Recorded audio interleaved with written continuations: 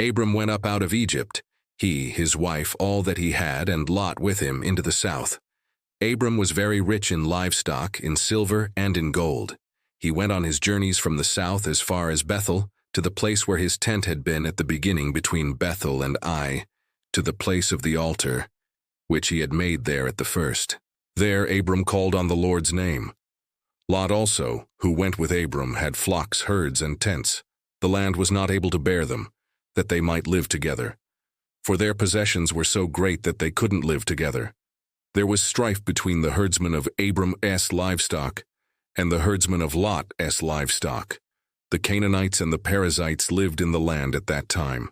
Abram said to Lot, "Please, let there be no strife between you and me, and between your herdsmen and my herdsmen, for we are relatives. Isn't the whole land before you? Please separate yourself from me. If you go to the left hand, then I will go to the right. Or if you go to the right hand, then I will go to the left." Lot lifted up his eyes and saw all the plain of the Jordan, that it was well watered everywhere before. The Lord destroyed Sodom and Gomorrah like the garden of the Lord, like the land of Egypt, as you go to Zoar. So Lot chose the plain of the Jordan for himself.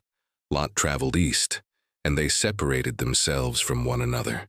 Abram lived in the land of Canaan, and Lot lived in the cities of the plain, and moved his tent as far as Sodom.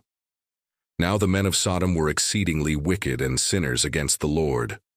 The Lord said to Abram after Lot was separated from him, "Now lift up your eyes and look from the place where you are, northward and southward and eastward and westward, for I will give all the land which you see to you and to your offspring forever. I will make your offspring as the dust of the earth, so that if a man can count the dust of the earth, then your offspring may also be counted. Arise, walk through the land in its length and in its width, for I will give it to you."